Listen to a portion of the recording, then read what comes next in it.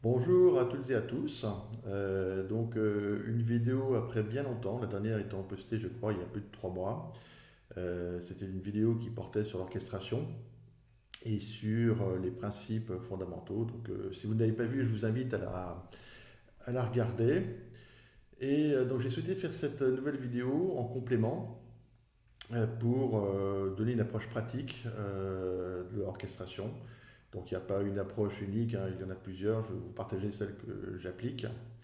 Je vais essayer d'être le plus concis et pratique possible. Donc, si vous avez des questions, n'hésitez pas à les poster en commentaire, ça me ferait plaisir d'y répondre. Donc, l'orchestration, approche pratique. Donc, l'orchestration, l'approche de base, c'est 4 étapes. La première consiste à écrire la mélodie. La deuxième étape consiste à l'harmoniser. La troisième étape à faire la réduction, donc la conduite des voix. Ça peut être 4, 5, 10 voix.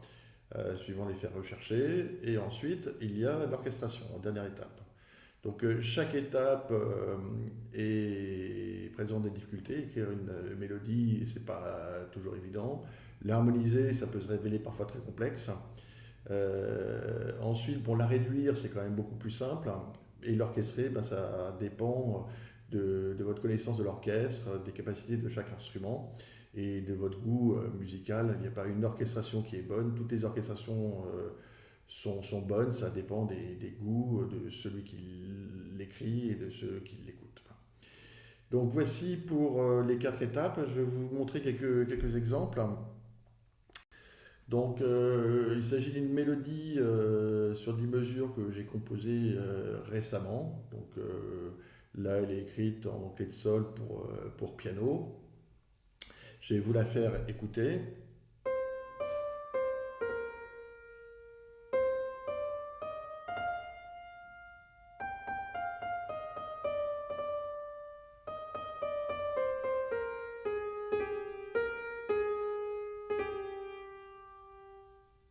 Donc voilà, une mélodie relativement simple. Donc la deuxième étape, je vous l'ai dit, c'est l'harmoniser. Il y a différentes harmonisations possibles. Ici, j'ai pris ce qu'on appelle la programmation harmonique, hein, qui est une approche excessivement simple, hein, qui consiste à prendre des accords majeurs ou mineurs et de les jouer avec un minimum de renversement, en prenant la mélodie comme fondamentale, ou la mélodie comme la tierce, ou la mélodie comme la quinte. Donc vraiment une approche excessivement simple, mais qui est relativement efficace, qu'on entend beaucoup dans la musique de film, notamment de John Williams. Mais c'est pas lui qui l'a inventé, on retrouve ça dans le boléro de Ravel. Donc le même système où en fait la mélodie est jouée par une succession d'accords sans renversement, avec une bonne fondamentale, une bonne tierce et une bonne quinte, et tant pis pour les quintes consécutives, les octaves consécutives, et j'en passe, et des meilleurs. Donc on s'affranchit de toutes les règles harmoniques. Donc je vais vous faire écouter cette harmonisation.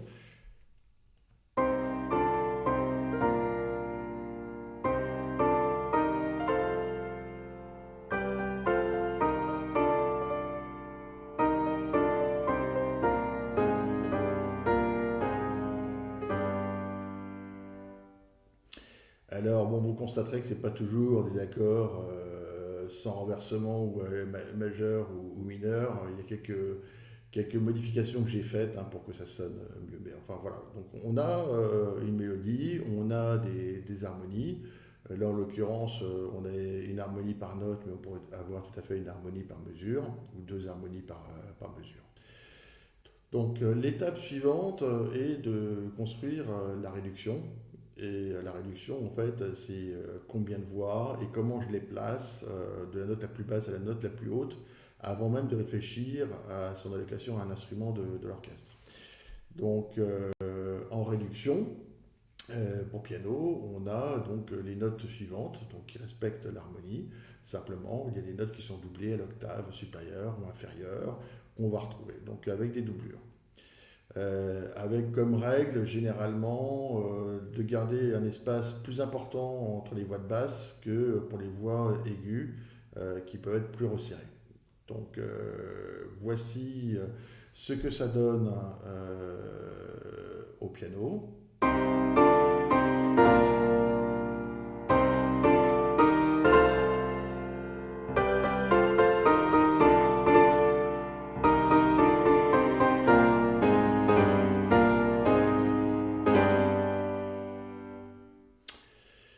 Donc on progresse, on a quelque chose qui est plus clair, euh, et maintenant se pose la question de l'étape 4, donc de l'orchestration.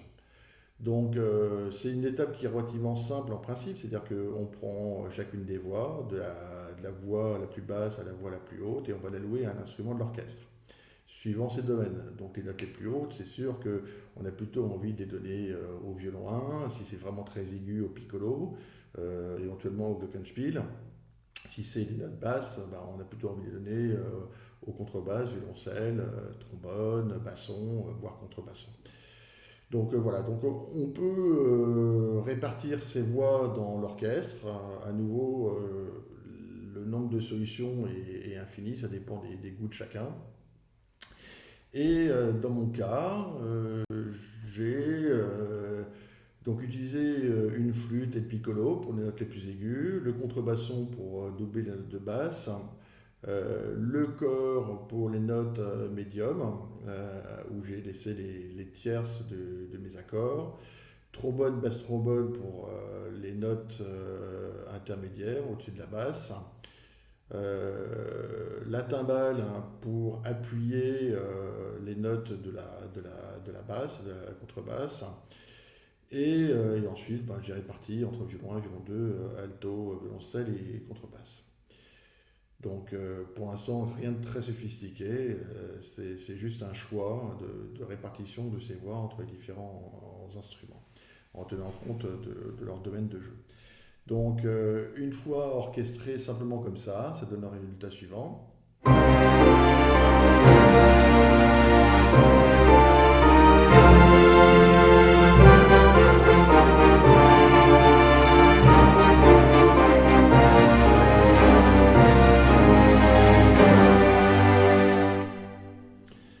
Alors vous aurez remarqué qu'il manque la mesure 9 et 10, hein, c'est un problème d'édition de partition. Donc voilà, donc ça sonne, c'est déjà assez intéressant. Il y a beaucoup de choses qu'on peut faire derrière, mais déjà en 4 étapes, on obtient un résultat tout à fait intéressant. Donc ça, c'est l'approche de base. Je vais maintenant vous partager l'approche que j'utilise pour composer et orchestrer mes morceaux. C'est une approche qui est plus itérative, qui contient plus d'étapes que j'ai construite progressivement et qui doit être certainement utilisée par d'autres compositeurs. Je sais que certains compositeurs ne travaillent qu'avec des réductions de piano et ensuite les orchestres.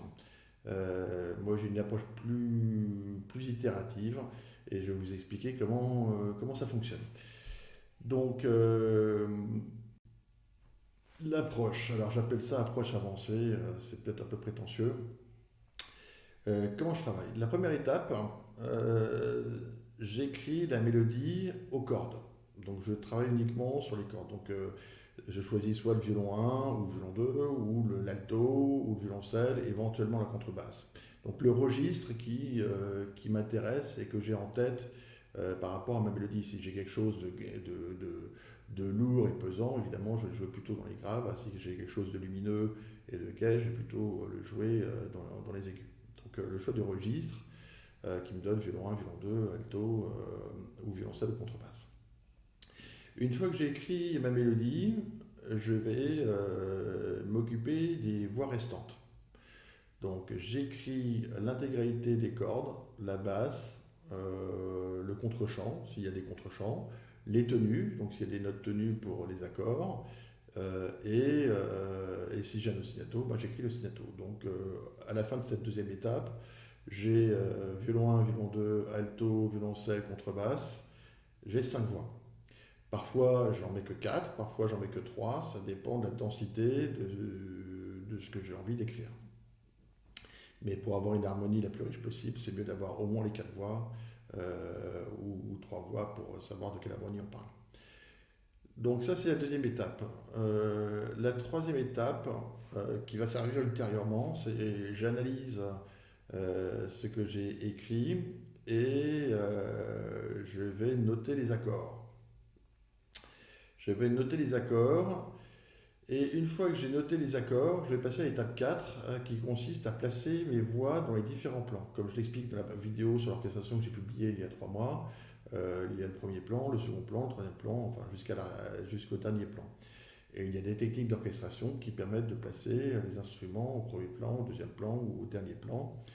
Et il y a certains instruments qui, suivant la ligne mélodique ou rythmique ou suivant le timbre, vont passer au premier plan naturellement. Donc je décide entre mes 5 voix, ou mes 4 voix, ou mes 3 voix, celle qui doit être en premier plan, celle qui doit être en second plan, celle qui doit être en troisième plan. Ce qui est certain, c'est que la mélodie doit passer au premier plan. En tout cas, l'idée principale doit passer au premier plan. Donc une fois que j'ai décidé de mes plans, je vais maintenant doubler chacune de mes 5 voix, donc 5 voix au maximum que j'ai aux cordes, sur les instruments de mon choix. Donc, et ce choix va dépendre du son que je recherche pour la voix en particulier. Ça va dépendre de sa position dans le plan. Si j'ai envie que ça soit en premier plan, je vais plutôt prendre des instruments timbrés. Je vais plutôt prendre le hautbois ou je vais plutôt prendre, si j'ai envie vraiment de sortir et d'avoir quelque chose de tonitruant, je vais prendre une trompette. Voilà. Donc le son recherché pour la voix, sa position dans le plan, la dynamique que je recherche. Si je veux avoir un forté, je vais avoir tendance à multiplier les doublures et à les espacer les plus possible pour avoir un ambitus maximum. Donc une écriture très large verticalement. Si je veux quelque chose de plus intime, plus pianissimo, dans ce cas-là, je vais avoir une écriture plus resserrée avec moins d'instruments et des instruments qui sont moins agressifs à l'oreille.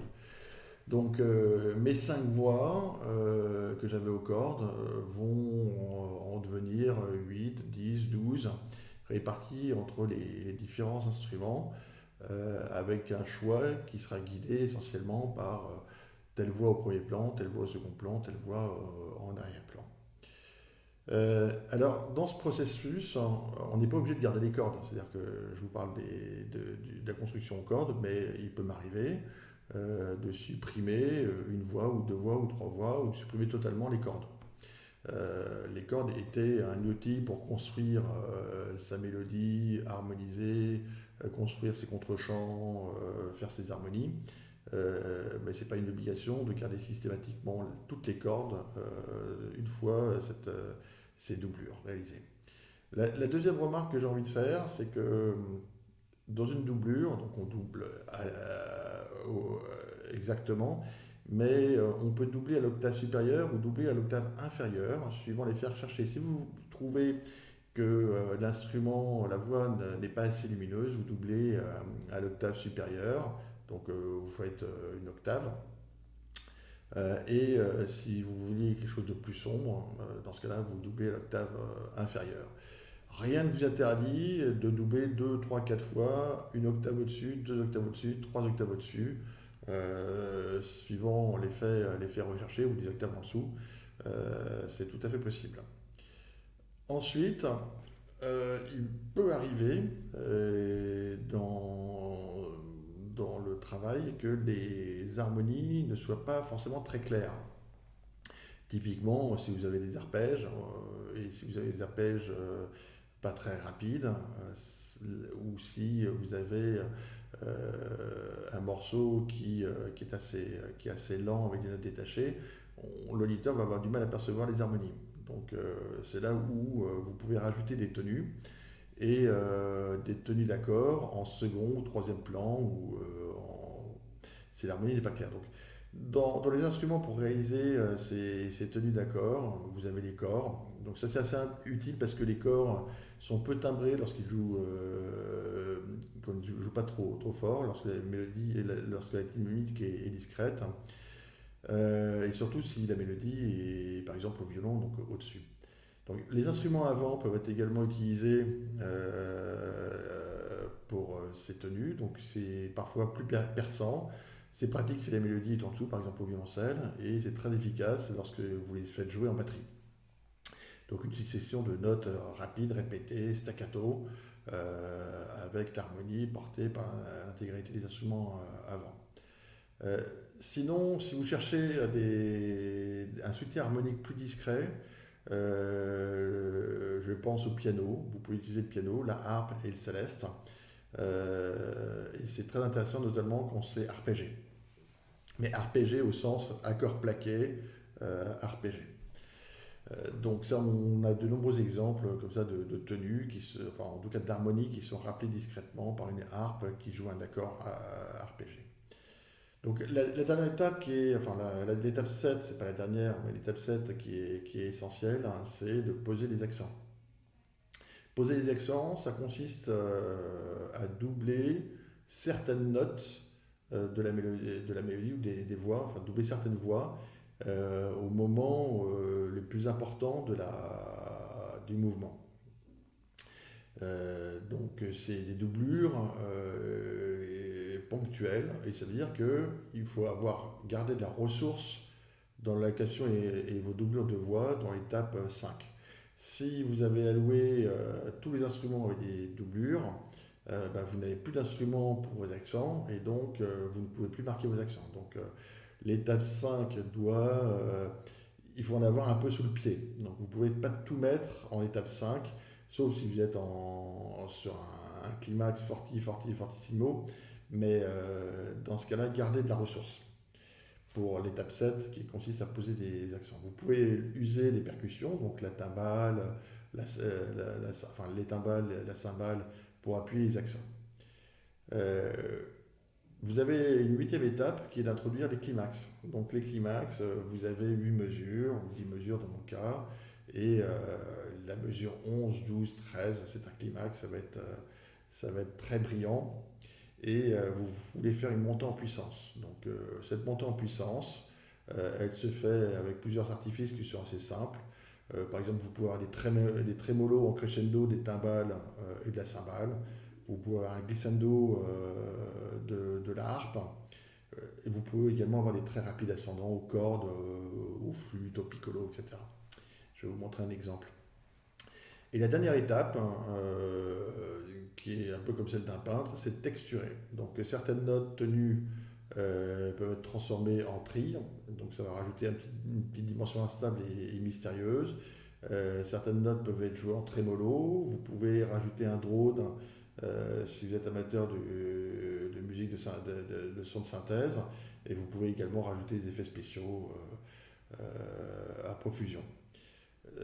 Texturé, vous pouvez également rajouter des échos. Vous avez une mélodie qui est jouée, vous prenez un instrument du deuxième ou troisième plan et vous la faites jouer avec du retard, mais vous faites en sorte que les notes soient harmonisées. Donc vous retardez par exemple de 2 temps et vous répétez le motif, généralement à l'aigu, et vous faites en sorte que le motif respecte l'harmonie de la mesure, surtout si ça marche sur la mesure suivante, etc. etc. Donc 9 étapes. Je vais vous partager un exemple sur une symphonie que j'ai composée, c'était la semaine dernière, et sur un passage, juste un passage de la symphonie. Je vais vous expliquer comment j'ai travaillé sur ce passage. Donc, j'avais un ostinato, enfin en tout cas j'avais en tête un mouvement rapide avec des montées et des descentes assez soutenues, avec pas mal de modulation, et avec une partie avec l'introduction d'un climax, donc un forté à la mesure 7. Donc, alors vous voyez, ça module quand même pas mal. Et je vais donc faire écouter cet ostinato, en tout cas, si on appelle ça un ostinato, que j'avais en tête.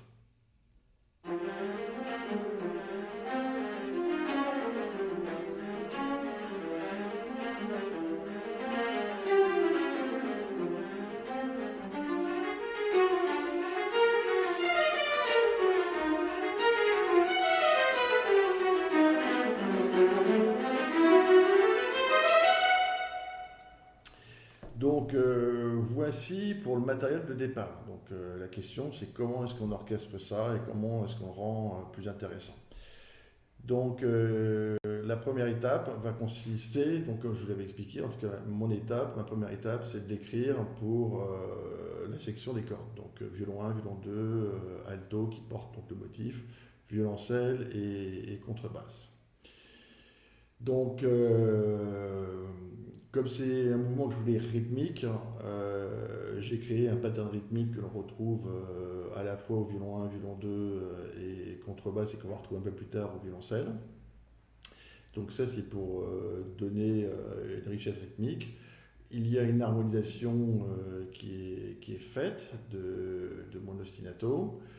Et comme je passe en fortissimo, en forte mesure 7, j'ai introduit les violoncelles pour appuyer un peu l'idée. Donc ça donne déjà quelque chose d'un peu plus intéressant que je vais vous faire écouter.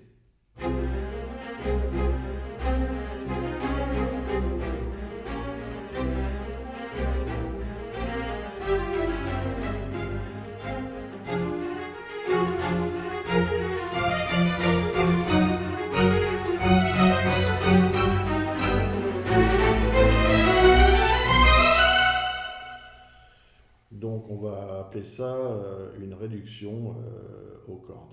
Donc l'étape suivante, comme je l'expliquais, c'est d'allouer mes différentes voix, là j'en ai 5, aux différents instruments de l'orchestre. Je ne me préoccupe pas encore des accents, je ne me préoccupe pas encore de la partie forte qu'il va falloir que j'enregistre parce que si tous les instruments jouent du début à la fin et si je mets juste un signe crescendo, ça ne va pas le faire. Généralement, il faut rajouter des instruments lorsque vous voulez avoir un crescendo. C'est très difficile pour l'orchestre d'interpréter un crescendo et de le faire correctement. Il faut rajouter des instruments au fur et à mesure pour enrichir ce crescendo, en tout cas le rendre très clair. Donc voici pour l'étape que j'appelais l'étape B. Et maintenant, voici un exemple d'orchestration, une première étape d'orchestration. Donc les choix que j'ai faits ont été de garder mes cordes telles quelles. Par contre, j'ai doublé mon ostinato aux clarinettes, en alternant clarinette 1 et 2, sinon ils vont manquer d'air. J'ai doublé mes violons avec d'abord la flûte, enfin la flûte A2, donc les deux flûtes qui suivent donc le violon 1. Ensuite, j'ai fait introduire le basson à la mesure 3 pour préparer le crescendo. Et ensuite, je fais rentrer, alors si je regarde bien, le contrebasson sur la dernière mesure. Donc là, j'ai commencé déjà un peu à préparer mon crescendo, mais de façon très limitée. Je me suis surtout contenté ici de doubler mes voix, de façon très très basique. Maintenant, il y a l'orchestration du crescendo et les accents. Je vous fais déjà écouter.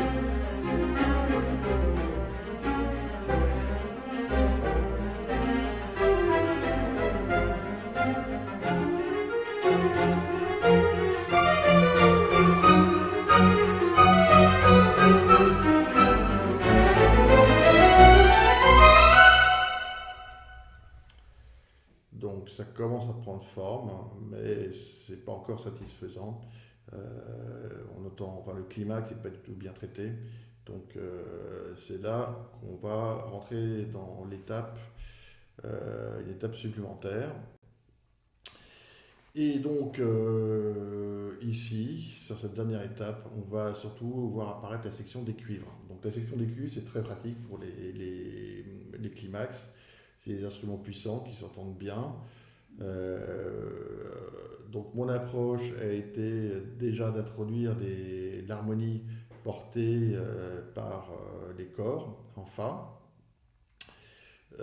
Ensuite d'introduire les trompettes pour marquer le rythme, pour intensifier le rythme, et je renforce la basse au trombone, donc ténor trombone et basse trombone. Également, je renforce mes accents avec la timbale sur la dernière mesure pour bien renforcer l'idée. Ce qui est important également, c'est que comme je vais introduire un climax à la fin de cette mesure, vous allez avoir aux flûtes, à la clarinette, violon 1, violon 2, viola, donc cette montée en double croche pour créer une tension. Je vous fais écouter.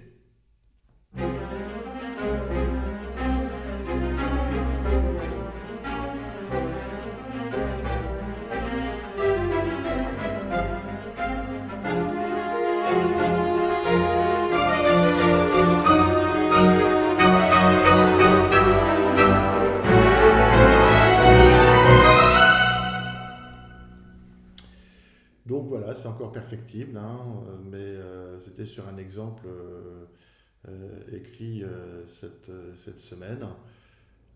Donc rien de bien très compliqué, plein de façons de faire, mais par contre, il faut procéder par étapes. En tout cas, ce sont les étapes que je suis personnellement, donc avec ce travail sur la section des cordes en premier, et ensuite je construis autour de ma section de cordes, avec les étapes que je vous ai expliquées. Donc je vous remercie pour votre attention. J'ai essayé de faire court, mais je vois que la vidéo fait déjà 26 minutes, donc désolé pour cela. Si vous avez des questions, n'hésitez pas à les poster en commentaire. Et si vous avez trouvé cette vidéo instructive, bah écoutez, je vous remercie si vous pouviez faire un like, ça supportera la chaîne. Voilà. Bah écoutez, je vous souhaite une excellente journée à toutes et à tous. Merci encore pour votre attention et à très bientôt pour une prochaine vidéo. Au revoir.